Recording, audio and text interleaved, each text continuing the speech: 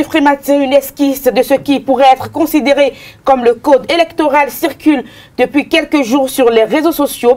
La polémique s'enfle donc sur cette introduction prochaine d'un nouveau code électoral sur la table des députés. Proposition de loi portant nouveau code électoral au Bénin, une menace ou une avancée démocratique. Nous ferons donc le débat dans un instant. Nous reviendrons également sur le remaniement ministériel qui plane toujours sur notre pays. Donc il y a une liste qui circule depuis hier sur les réseaux sociaux. Attention à prendre avec pincette. On attend toujours le maestro, j'allais dire le chef de l'État. Nous ferons donc le débat sur ces actualités dans un instant. Dans le débat, Suffré Matin évidemment.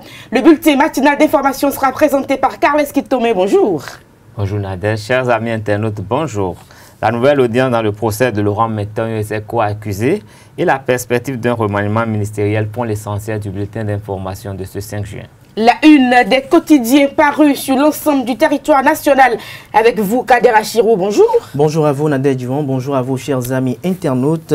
Les confrères de la presse écrite ont titré ce matin sur la mauvaise gestion à la Société nationale pour la promotion agricole Sonapra, courant 2013-2016, avec à la une du plafond au plancher les photos de l'ancien président Thomas Boniaï et de l'ancien directeur général Idrissou Bako, actuel député de l'Assemblée nationale, comme responsable du désastre. Nous avons aussi le bilan des 25 années d'existence de la Cour constitutionnelle, l'autorisation de ratification de plus de 5 milliards de francs CFA au profit de la Société béninoise d'énergie électrique SBE par l'Assemblée nationale. Dans la même veine parlementaire, les canards informent qu'un nouveau code électoral a été en examen au Palais des gouverneurs. Dans le plateau, le maire de la commune de Sakété-Pierre Adéchi se défend ce jour devant le procureur pour son implication dans une affaire domaniale. À tout ceci s'ajoute la convocation de la brigade économique et financière adressée au maire révoqué de la tête de la municipalité de Cotonou pour faute lourde en la personne de Léa Divino-Soglo pour affaires le concernant. Championnat d'Afrique senior d'escrime Tunis 2018.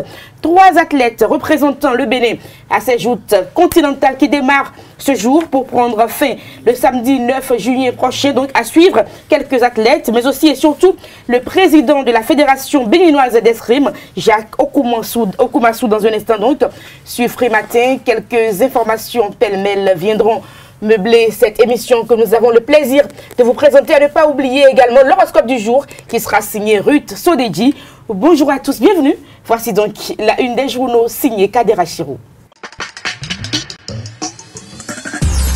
Bonjour à nouveau, chers amis internautes. Nous démarrons par le Béninois libéré qui titre ce matin en manchette comparution du braqueur du fourgon blindé de la SSS.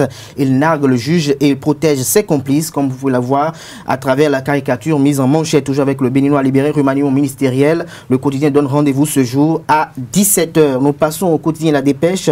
Commission de vérification de la gestion 2016 du budget de l'Assemblée nationale. Le député Arossi Basile dénonce le mauvais virage du président de l'Assemblée nationale, maître Adrien Hongbeji. Nous passons au quotidien Diakpata, gestion catastrophique de la Sonapra.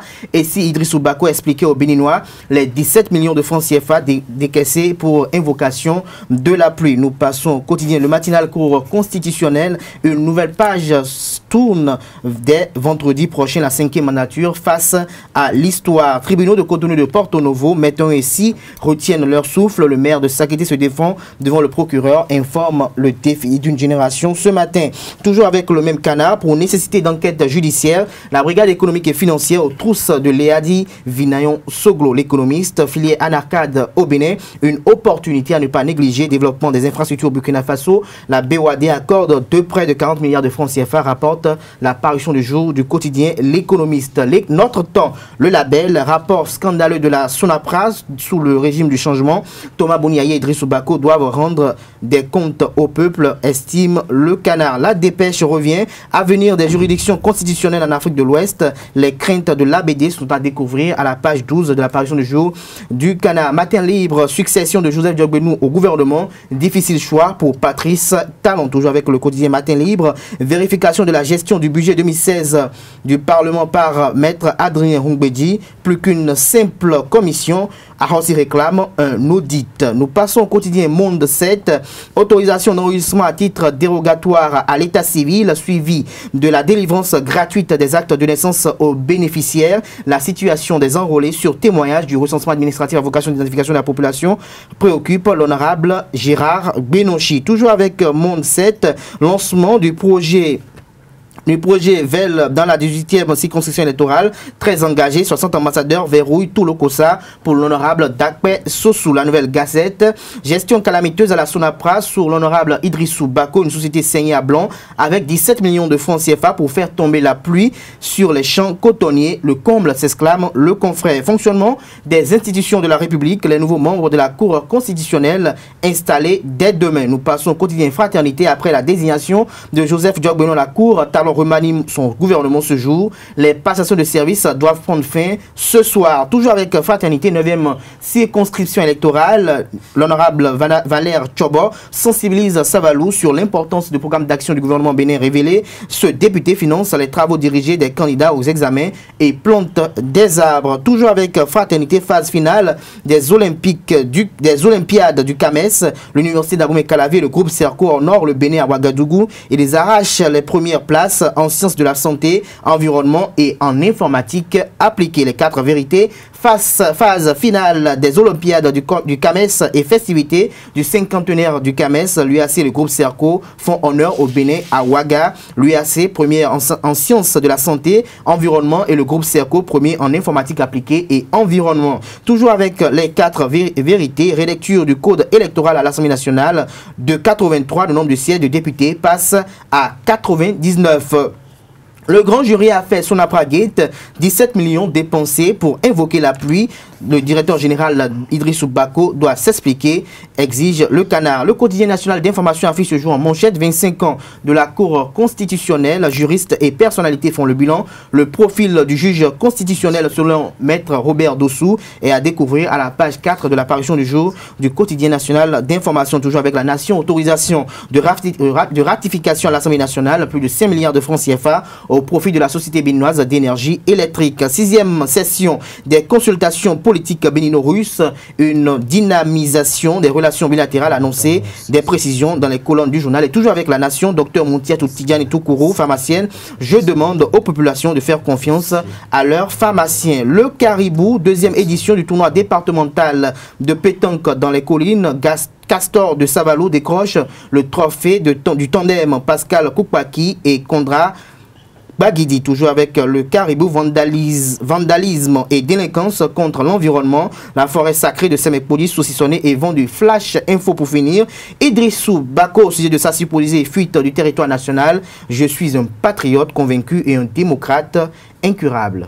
Et c'est bien Laurent Métognon et compagnie dans le quotidien Le Matinal, le défi d'une génération. Il faut croire que les confrères de ce journal aiment bien utiliser et compagnie. Nous passons au bulletin matinal d'information, une présentation de Carles Kitome. Chers amis internautes, bonjour. Laurent Métognon et ses co-accusés seront à la barre ce 5 juin. Cette audience est la conséquence du report de celle de la semaine dernière. Le dossier est déjà mis en délibéré, connaîtra peut-être son épilogue ce jour. Le droit sera dit et les parties prenantes seront fixées sur leur sort. Le professeur Joseph Fifa Diogbenon sera bientôt installé à la Cour constitutionnelle avec les 6 autres sages. À la veille de cet échéant, le ministre de la Justice a démissionné de la présidence d'honneur du parti Alternative Citoyenne. Dans cette perspective, un remaniement ministériel est attendu. De tous généralement bien informés, certaines surprises sont envisagées, telles que la probable entrée de l'honorable Augustin Awambo-Ebla au ministère des Sports. Oswald Omeki a annoncé à la culture et au tourisme le portefeuille dont il a hérité au dernier remaniement. Selon les informations, 5 entrées, 5 départs sont attendus, de même que 2 changements de portefeuille. Le Lions Club Cotonou Emeraude est intronisé le 1er juin 2018. Ce club, le dernier né au Bénin, est intronisé avec 27 nouveaux lions, dans une ambiance festive à la salle Béanzin de l'hôtel Azalaï. Rappelons que le Lions Club Cotonou Douane a reçu sa charte le 7 novembre 1981. Retour sur cette cérémonie d'intronisation du 1er juin. Vendredi 1er juin 2018, le peuple béninois célèbre la journée nationale de l'arbre et le Lions Club International district 403 A2, région 35 de la zone 352, la naissance du Lions Club Cotonou Émeraude. La cérémonie d'intronisation des nouveaux membres se déroule dans la salle Béronzin de l'hôtel Azalaï de Cotonou sous l'égide du gouverneur Jean-Claude Crino. Pour la circonstance, femmes et hommes de la famille du lionisme honorent de leur présence l'événement. Les maîtres de la cérémonie, les futurs lions, font leur entrée sous des ovations. Ils sont 27 à prêter serment devant les vétérans. Cher ami gouverneur, le projet de création de Cotonou Émeraude, je l'avais porté depuis le début du mandat qu'il t'a plu de me confier à la tête de la zone 352. Et je n'ai pas cessé, à chaque fois que j'en ai eu l'occasion, de continuer par promettre de pouvoir atteindre cet objectif. Chose promise, chose due, je pourrais le dire aujourd'hui. Je voudrais, mes chers officiels, vous prier de leur ouvrir grandement les portes de l'amitié, parce que je suis certain qu'ils feront une très belle carrière lionistique. Le Lions Club Cotonou a su rendre mémorable cette soirée qui a marqué la naissance d'une autre prestigieuse famille qu'est le Lions Club Cotonou Émeraude. Le leitmotiv de cette association étant l'amitié, la tolérance et le respect de la dignité humaine, les choses ne se sont pas faites à moitié. L'intronisation a été instituée par la charte numéro 13-42-72, charte approuvée par le conseil d'administration du Lions Club International le 4 avril 2018. Émeraude, notre club, tient son nom de cette pierre précieuse et lumineuse qui se distingue des autres par son rayonnement, son dynamisme et sa présence.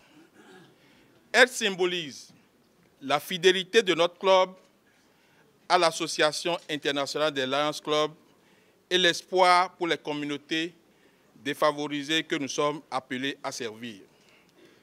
Le contact avec l'émeraude favorise la clairvoyance, augmente la sagesse et la patience. Le vert est la couleur de l'émeraude. Elle a la particularité de ne jamais se déteindre, ne jamais perdre sa valeur. C'est également la couleur dominante du drapeau de notre pays, le Bénin.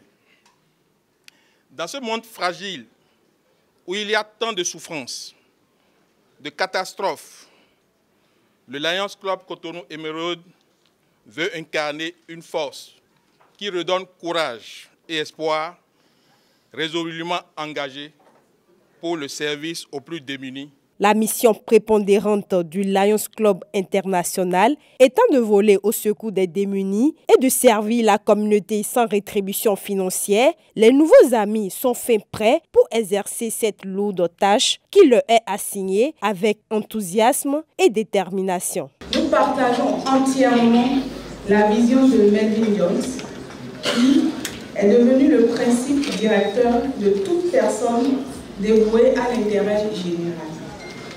Oui, on ne peut aller bien loin dans la vie si l'on ne commence pas par faire quelque chose pour quelqu'un d'autre.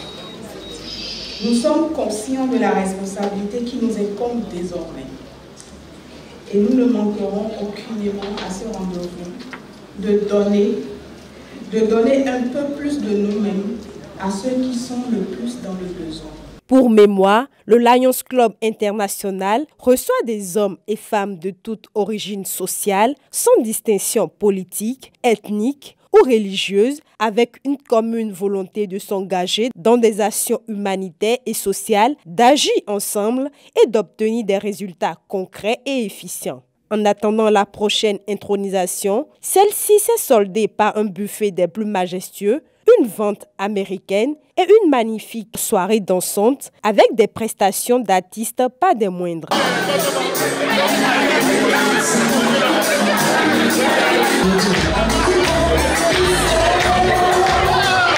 Hors du Bénin, Mamadou Gassama, le jeune malien de 22 ans qui a escaladé 4 étages pour sauver un jeune français de 4 ans, a été décoré hier par la ville de Paris. Le chef de la diplomatie russe est en visite en Afrique. Sergueï Lavrov s'est rendu successivement au Rwanda et en Afrique du Sud. Cette visite sud-africaine entre dans le cadre du processus de préparation du prochain sommet des BRICS et présage de la nouvelle politique extérieure russe qui se repositionne. La présence russe se reprécise en République centrafricaine et au Maroc où elle remplace désormais l'Europe pour les exportations des produits agricoles. Certaines sources annoncent le passage de Sergueï Lavrov à Cotonou dans les prochains jours. Ce sera tout pour ce bulletin d'information. Merci de rester fidèle à Osaïe TV. Merci à vous, Carles Kitome, le chef de la diplomatie russe en Afrique, annoncé à Cotonou. Dans les prochains jours. Dans les prochains jours, il y a quand même de quoi. On connaît bien la Russie. De toute façon, j'espère que c'est pour de bonnes choses. De toute façon, c'est un pays qui est en train de faire un nouveau repositionnement dans le monde entier. Déjà, on les voit en Éthiopie. Au Rwanda, ils sont très présents. En Afrique du Sud, beaucoup plus. En Centrafrique, aujourd'hui, ils ont des accords d'armement. Et en fait, même en République démocratique du Congo, aujourd'hui, la Russie se fait beaucoup plus présente. Et les gens même pensent que désormais, les sociétés minières russes vont s'installer pour exploiter le sous-sol congolais. En tout cas, qu'ils nous épargnent de leur thématique armement et tout ça. Merci à vous, Carles Kitome. On rappelle que la grande édition du journal est prévue pour 19 h sur Osaïe TV. Nous passons au débat sur Frématin. Le débat sur Frématin, proposition de loi portant nouveau code électoral, une menace ou une avancée pour la démocratie béninoise. Carles Kitome, on fait le débat sur Frématin. Oui, tout à fait. Je crois que le Bénin s'est doté d'un code électoral il n'y a pas si longtemps que ça.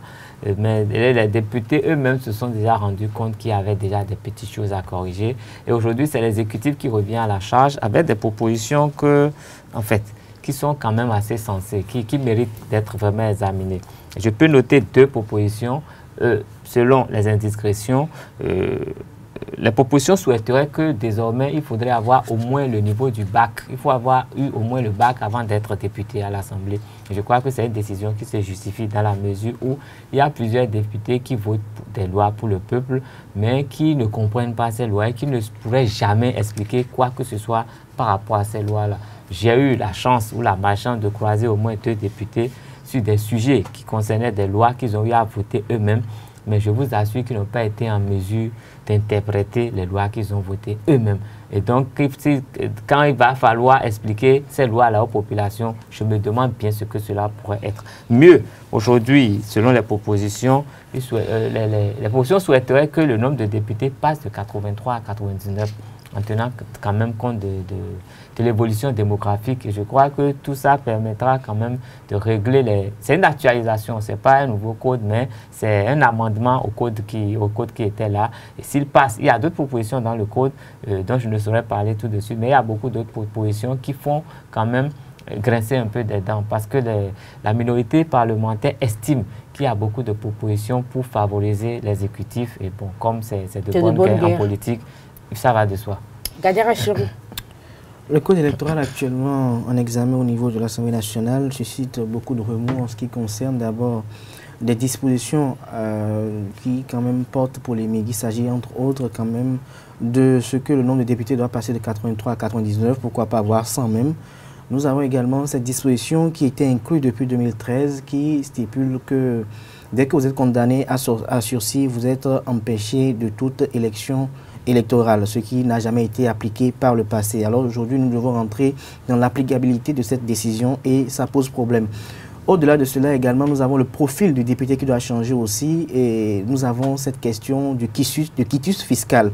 Le quitus fiscal qui aujourd'hui est délivré uniquement et essentiellement par le directeur général du Trésor, par le directeur général des impôts, qui, à défaut qu'il ne soit pas présent sur le territoire national, il n'y a que son adjoint qui puisse délivrer cela.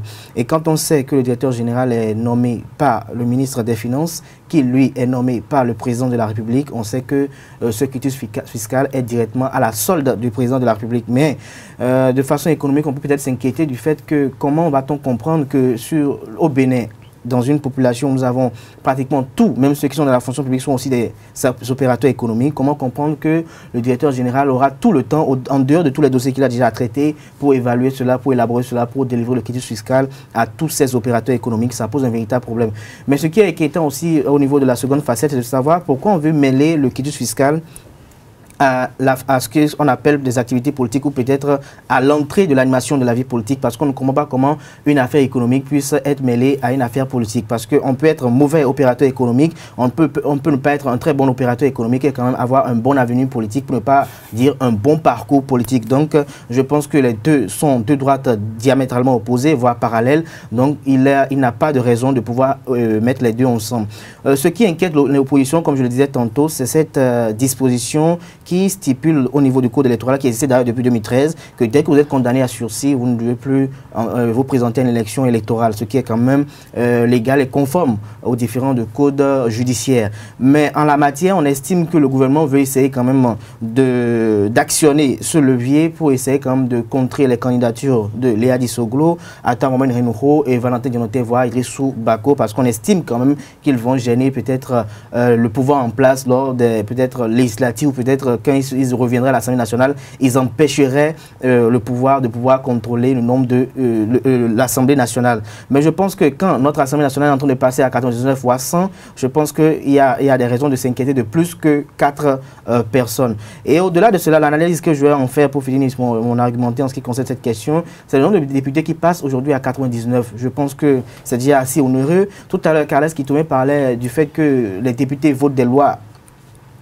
pour lesquels ils n'ont même pas pris connaissance du contenu, alors qu'au niveau de leurs avantages, au niveau de l'Assemblée nationale, ils ont quand même tout l'arsenal qui leur est mis en place pour avoir, s'ils ne sont pas instruits, quand même des conseillers, des gens qui puissent leur traduire les tests pour leur expliquer, parce qu'on estime que l'Assemblée nationale doit être à l'image de la population. Donc, s'il y a des illettrés dans la population, il doit y avoir quand même des illettrés au niveau de l'Assemblée nationale. Maintenant, aujourd'hui, qu'on veut exiger comme le minimum, c'est-à-dire le bac, parce qu'aujourd'hui, il faut reconnaître que le bac aujourd'hui n'a plus véritablement une véritable place de choix en ce qui concerne les diplômes au pays. Donc je pense que c'est quand même une véritable avancée. Mais avancée, pourquoi? Parce que quand on sait aussi aujourd'hui aussi ce que le bac vaut aujourd'hui aussi, ce que le niveau de langue vaut avec le baccalauréat aujourd'hui, on a des raisons de s'inquiéter de savoir si véritablement il n'arrivera pas des députés qui auront du mal, malgré leur bac, à interpréter des lois, malgré leur bac, à pouvoir faire des interprétations biaisées de lois qu'ils auraient eux-mêmes votées ou peut-être contribué à la législation. Donc je dirais, somme toute, que ce code de procédure, ce code électoral doit faire l'objet de consensus, doit faire l'objet de débats publics. D'ailleurs, ça a déjà commencé sur les chaînes nationales et internationales. Mais je pense qu'au-delà de cela, il s'agit maintenant d'assises concrètes au niveau de l'Assemblée nationale pour en débattre en toute autonomie, en toute indépendance, pour que véritablement le consensus soit. Parce que le Bénin repose, puisque le consensus d'abord a une valeur constitutionnelle, mais le Bénin repose toute sa légitimité sur le consensus. Donc il est obligatoire et incontournable d'ailleurs qu'on puisse obtenir le consensus pour que, à l'issue d'échéances électorales, il n'y ait pas de revendications, il n'y ait pas de rétorsion, il n'y ait pas de gens qui vont se sentir frustrés parce qu'ils ne se retrouveraient pas dans le résultat qui a été donné, parce qu'ils estimeraient que tout a été taillé sous mesure à la longueur de la chemise du chef de l'État. Carles Kitomé, est-ce que le moment est bien choisi finalement pour cette proposition de loi? Parce qu'on sait un tout petit peu ce qui se passe actuellement dans le pays. Il y a beaucoup de remous, il y a beaucoup de contestations, et tout ce qui est fait du coup par la rupture est mal perçu. On a l'impression qu'on veut tout tailler donc, pour faire plaisir au chef de l'État. En la matière, il faut avouer que c'est une question de communication. Sinon, le moment est très bien choisi. Nous sommes pratiquement à quelques mois, moins d'un an d'une élection qui arrive. Et je crois que c'est le moment propice pour essayer de corriger ce qui n'était pas. Mais il faut reconnaître que le bac ne donne pas les capacités d'interpréter une loi.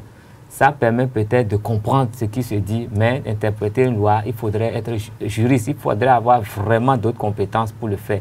Mais c'est dit que on souhaiterait quand même que les députés comprennent au moins de quoi ils parlent. C'est juste ça, je crois. Parce qu'on a vu des discours ici qui n'ont rien de... Enfin, on sent que celui qui a écrit ces discours n'a peut-être pas le BEPC, donc le bac n'est pas... Ça reflète l'image de la société. De toutes les façons, on a combien de juristes ou de grands... Non, mais le bac ce n'est pas trop demandé. C'est bien que notre pays a une image. Et moi, je n'ai pas envie également qu'on vienne à l'Assemblée nationale et que ça ne reflète pas l'image de notre pays. Quand les étrangers viennent, il faut bien qu'ils sachent que dans notre pays, nous sommes comme ça. L'Assemblée nationale, ce n'est pas la grande agora.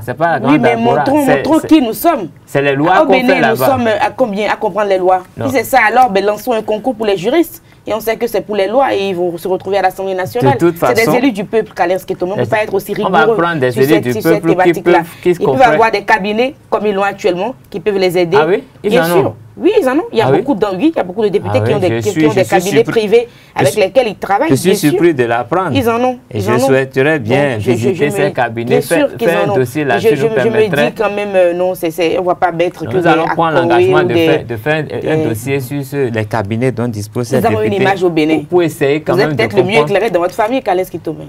Je ne dirais pas. Bon, je ne dirais pas. Mais vous êtes l'un des rares. Je dirais tout le monde n'est pas éclairé. Mais je me mets au service des autres. D'accord. Et on a déjà... déjà... C'est pas forcément à vous de réussir. Il y a d'autres qui n'ont pas réussi, qui peuvent également se retrouver à l'Assemblée. Quand ils seront là-bas, il faudrait qu'ils fassent appel à ceux qui savent qui vont faire appel, vous. Pour les aider. Faire appel à Kalen Skitome qui va les accompagner. Mais ce n'est pas ce qui arrive souvent et c'est désolant. Et d'ailleurs, il faut remarquer que les Béninois ont l'habitude d'accuser les politiciens de menteurs et de voleurs. Et donc, je crois ça va continuer encore pour longtemps. Je crois que ce n'est que justice de demander que ceux qui ont fait l'objet, ne serait-ce qu'une condamnation avec ceci, ne soient plus en mesure de se présenter. Lorsqu'on sait comment se passent les condamnations dans notre pays, comme ça nous permet au moins de savoir que les gens qui sont là, même s'ils sont susceptibles d'avoir des problèmes, ils n'ont pas de préalable avec la justice. Et les exigences du quitus fiscal également, dans la mesure où on les accuse tous de voleurs. Et la plupart des députés ont des entreprises. Vous savez, le problème le chantier de l'Assemblée nationale qui est en souffrance aujourd'hui, il y a beaucoup de députés qui ont pris des parts de marché qui n'ont pas exécuté. Et je crois que quand on va commencer à exiger le quitus fiscal, ça va permettre quand même de fermer un peu la porte pour que les gens qui ont trop d'antécédents avec les finances publiques ne puissent plus se présenter, se prévaloir. C'est vrai qu'on va refaire le débat, Kalen Skitome, parce qu'en réalité, pour faire quelque chose dans ce genre-là, il faut faire un grand ménage, un ménage de fond. Parce qu'on ne peut pas comprendre que le directeur général des impôts soit nommé par le chef de l'État, par le ministre des Finances, qui est nommé par le chef de l'État. Non, les juges sont nommés par le ministre de la Justice. Il y a le Conseil supérieur de magistrature. Attendons si on doit alors plus tard nommer un directeur général des impôts, qu'on fasse un ménage de fond avant de passer à des il faut qu'on se fasse confiance dans le pays. On se fait confiance. C'est compliqué de se faire confiance parce qu'en réalité, au Bénin, on ne va pas se mentir, nous sommes des rancuniers. Est-ce que quelqu'un vous a dérangé, que vous êtes au pouvoir, vous avez envie de le déranger? C'est comme ça la politique, c'est des coups qui se donnent. Non. Donc c'est comme ça. Et tout le monde comprend ça. Mais le juge, il est nommé et il juge tout le monde. Donc le directeur des impôts, il est là, il va signer tous les quitus fiscaux. Voilà. Si vous êtes en règle, il va signer. Si vous n'êtes pas en règle, il ne signera pas. Et vous avez le droit d'avoir recours à la Cour constitutionnelle pour faire valoir vos droits. Pour moi, là, c'est dans la tête que ça se passe. On s'entend sur quelque chose, on s'y soumet. On va corriger par la suite. Non, corrigeons déjà. La nation... Le président Talon veut avoir une bonne base, un bon fondement. Corrigeons déjà. Mais on a raté le coche. Mais oui, on a raté le coche. Avec la révision de la Constitution, on a corrigé beaucoup de choses. Là, vous sortez les bons arguments. Mais qui a refusé? C'est les députés qui ont refusé. Le peuple a refusé. Donc pourquoi on veut contourner le peuple? Revenons, négocions. Le peuple n'a pas été interpellé dans ce débat. Les députés ont fait un blocus. Aujourd'hui, les députés, on va faire les réglages qu'il faut pour que même ils passent par un bon filtrage pour être là. Et demain, on aura... refondons déjà correctement la base. Et puis après, on va refaire les réglages de surface. Quand la fondation n'est pas bonne, on peut toujours ramener la Constitution si on arrive à convaincre. Mais en attendant de revenir sur la Constitution, il faut quand même trouver certains supports pour que l'édifice ne s'écroule pas. Et je crois que c'est ce qui est en train d'être fait. Et dans ce cas-là... Non, ça ne va pas s'écrouler. Jusque-là, ça ne s'est pas écroulé. Ce n'est pas aujourd'hui, en 2018, que ça va s'écrouler. Il faut bien des supports pour le garder jusqu'à ce moment-là. Il y a des supports déjà qui tiennent, donc... Merci à vous. Vous n'allez pas vous convaincre ce débat-là. Merci à vous, Kalen Skitome. Nous allons parler un tout petit peu du remaniement ministériel qui se profile à l'horizon. Kader Achirou. Remaniement ministériel, c'est une évidence d'ailleurs, à y voir de près. Avec le départ de Joseph Diaglionou, ça donne l'occasion au chef de l'État de pouvoir se séparer des collaborateurs qui en ont fait de trop, qui ont peut-être failli par moment. Et dont il est quand même opportun de pouvoir essayer quand même de revoir un peu cette équipe gouvernementale. On annonce déjà 5 entrées, 5 sorties et 2 permutations. L'entrée qui fait couler beaucoup d'encre et de salive, c'est celle du prétendu prochain ministre des Sports, en la personne d'Augustin Aranvois-Ebla. Et quand on sait un peu sur le plan politique comment Augustin Aranvois-Ebla a été lésé au niveau de son parti politique, de sa formation politique en ce qui concerne le Parti pour le Renouveau démocratique, on a comme l'impression de savoir ou de se dire que tout ce qui a été fait au niveau de la Franco pour quand même rehausser l'image de la première dame sous la coupole ou même sous l'égide, peut-être j'allais dire, d'Augustin Aranvois-Ebla, c'est une prime qu'il est en train de recevoir aujourd'hui. Comme quoi la complicité entre l'homme et le président Patrice Talon est plus active que celle qu'il existe entre Adrien Roumbédi. On va attendre la liste officielle avant de faire les commentaires, Kader Achirou. Ce qui est sûr, il y a un remaniement qui se profile. Kader qui tombe, allez-y rapidement. Allez-y rapidement. C'est une exigence dans la mesure où il y a un ministre qui sort du gouvernement et ce gouvernement a déjà fait quand même plus d'1 an. Je crois que c'est une opportunité pour le président Patrice Talon de faire un petit réglage et mettre les gens qu'il voudrait bien promouvoir et faire partie de ceux qui ont peut-être failli à leur mission, simplement. Parce qu'il faut croire qu'il y a beaucoup de personnes qui ont quand même contribué à l'arrivée du président Patrice Talon, qui sont compétents, il y a de la compétence dans notre pays, mon cher président. Merci à vous, c'était le débat sur Free Matin. Nous passons donc au sport et à l'horoscope du jour.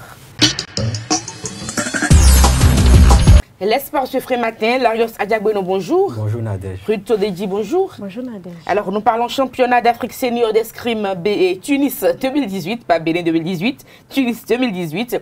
3 athlètes représentant le Bénin à ces Jeux continentales, comme je l'annonçais, qui démarrent aujourd'hui même pour prendre fin le samedi 9 juillet prochain. Nous avons donc 3 Béninois. Oui, ça, 3 athlètes. 3 athlètes. Eloge Aoucheme en sable homme, les épéistes Marie Auxiliatrice Dassi Vera et Carlos Amousou sont les ambassadeurs du Bénin à ce 18e championnat d'Afrique senior à Tunis. La particularité de la participation béninoise cette année à ces joutes continentales est que tous les 3 escrimeurs béninois sont formés au pays par des maîtres d'armes, membres de la direction technique nationale. Par le passé, c'était le porte-flambeau de la discipline au Bénin, le franco-béninois Yemi Akpiti, qui représente le Bénin et à ces championnats d'Afrique. Et il a d'ailleurs remporté 2 titres de vice-champion d'Afrique en 2014 et 2015. La compétition démarre ce jour, effectivement, mais les Béninois vont entrer en lice demain, mercredi 6 juin 2018. Avant de s'envoler pour la Tunisie, ils ont effectué un stade de préparation sous la houlette de Jean Emoula, directeur technique national de la Fédération togolaise d'escrime et expert de la Fédération internationale d'escrime FIE. Et à ce propos, Marie Auxiliatrice et Eloge donnent leur point de vue sur le travail abattu. Au début, c'était un peu difficile parce qu'il y avait beaucoup de détails qu'on a l'habitude de laisser.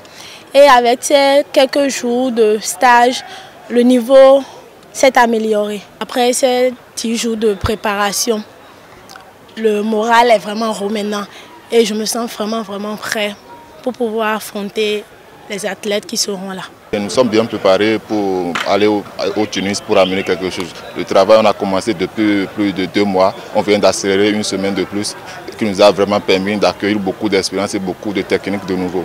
Donc là, présentement, je suis prêt pour y aller et ramener quelque chose de possible. Ce sont des propos recueillis le samedi 26 mai 2018 à l'issue d'une de leurs séances d'entraînement au stade général Mathieu Kérékou de Cotonou.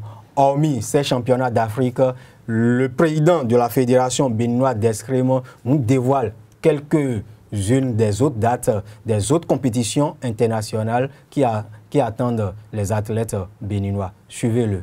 Après le championnat d'Afrique senior d'escrime qui va se dérouler du côté de Tunis, où nous allons prendre part avec 3 escrimeurs, et nous allons partir après à Alger pour participer aux Jeux africains de la jeunesse.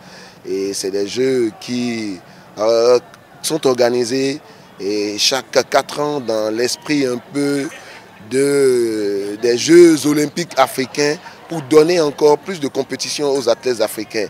Et depuis quelques années, l'escrime fait partie des compétitions, des disciplines qui y prennent part.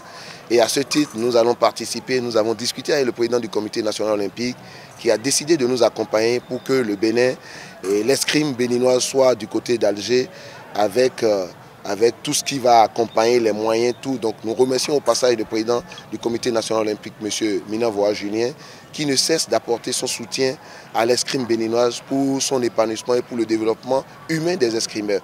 Et juste après ça, nous allons partir du côté de Guangzhou pour participer au championnat du monde d'escrime qui va se dérouler du côté de la Chine. Et cette fois-ci, nous allons partir avec les 2 meilleurs qui vont participer à ces 2 compétitions. Donc c'est un peu ce qui va constituer le menu de cette année. Mais au-delà de ça, il n'y a pas que ça, parce que nous avons déjà organisé la première édition de l'Open de Cotonou.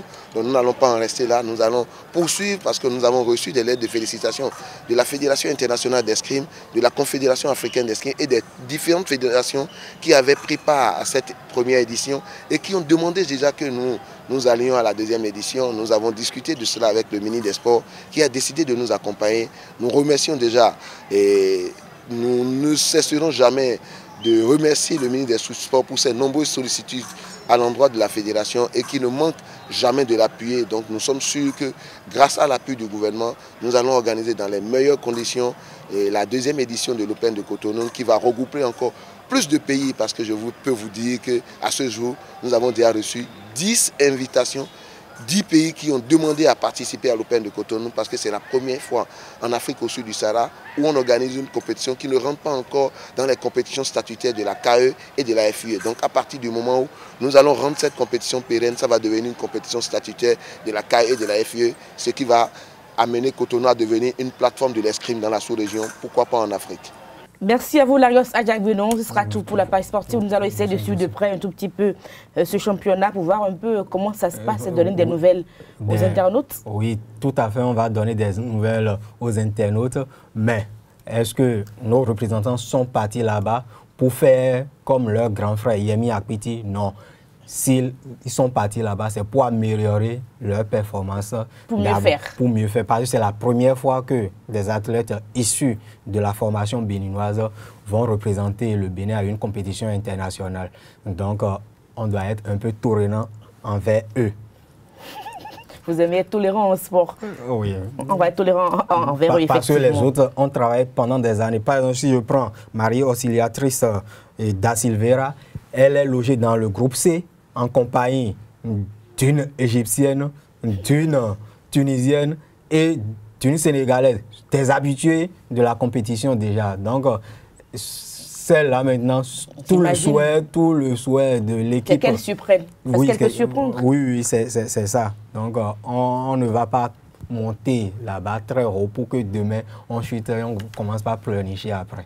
Merci à vous, Larios Adjagbenon. Nous allons suivre donc Ruth Sodeji qui nous présente l'horoscope du jour. Amis internautes, bonjour. D'une humeur sereine, plus détendue, votre optimisme est au rendez-vous du climat astral de ce mardi 16 juin 2018. C'est idéal pour aplanir un conflit. Vous tenez la forme et vous saurez concrètement la mettre au profit. Le tout sera tout simplement de vous arrêter avant d'être totalement fatigué. Les amis béliers auront la possibilité de réparer une erreur du passé. Ils avanceront dans le bon sens et obtiendront des résultats à coup sûr. Ce mardi 5 juin, chez les amis taureaux, votre faveur vous donne des ailes pour avancer résolument vers de beaux projets. Ne vous précipitez pas si on vous demande une promesse. Chez les amis gémeaux, ne laissez pas n'importe qui fuiner dans votre vie sentimentale. Ne cherchez non plus d'intermédiaire à votre correspondant amoureux. Ainsi, vous éviterez des malentendus et des conflits inutiles. Amis cancer, inutile de vous demander d'être sereine. En ce mardi 5 juin, vous n'avez qu'une seule envie. Profitez des aspects agréables de la vie. Chez les rois de la forêt, une rage de vivre vous prend et vous aidera à surmonter des obstacles qui n'étaient pas si terribles. La belle preuve, vos actions en diront plus. Chez les amis vierges, les intentions de certaines personnes seront tout à fait neutres pour vous. À votre tour de comprendre et de vous comprendre vous-même. Chez les amis balance, tout va aller très vite aujourd'hui, le climat harmonique Les collaborateurs seront fructueuses, mais ne lâchez pas autant prise, insistez là où il faut. Amis Scorpions, les efforts seront difficiles à fournir. Un besoin de recul par rapport à votre famille est nécessaire. Néanmoins, ne fuyez pas vos responsabilités. Amis Sagittaires, les astres viennent rehausser le primaire de vos finances. Profitez-en pour prendre du recul sur vos projets et avancer vers ce que vous pouvez faire tout de suite. Chez les Capricornes, faites en sorte de ne pas tirer de conclusions trop actives. Faites auparavant le point de vos comptes et cela en détail.